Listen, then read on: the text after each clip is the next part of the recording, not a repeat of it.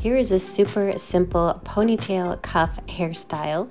If you've ever wondered what you can do with these, they're a great hair accessory to have for an everyday hairstyle. You can dress it up for work, special occasions. I like to do mine with a lot of volume. Definitely pull some face framing pieces forward if you have them. Then gather the ponytail at the nape of your neck and tuck your chin down. This helps to set the ponytail as low as possible and create a great shape for your pony. Next, you'll wrap your hair at least 2 times with the ponytail cuff.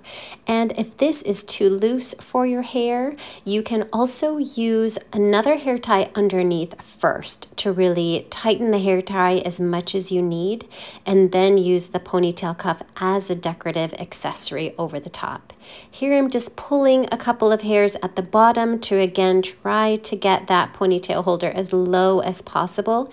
And then I love adding more volume to the top. Of course, you can just do that with your hands. Another great way to do this is to use the back of a comb to just lift the hair up from the roots to give it some more softness and some more volume all around the top and sides. I love this hairstyle to show off a great pair of earrings. It's a quick and easy look for work days or casual weekends too.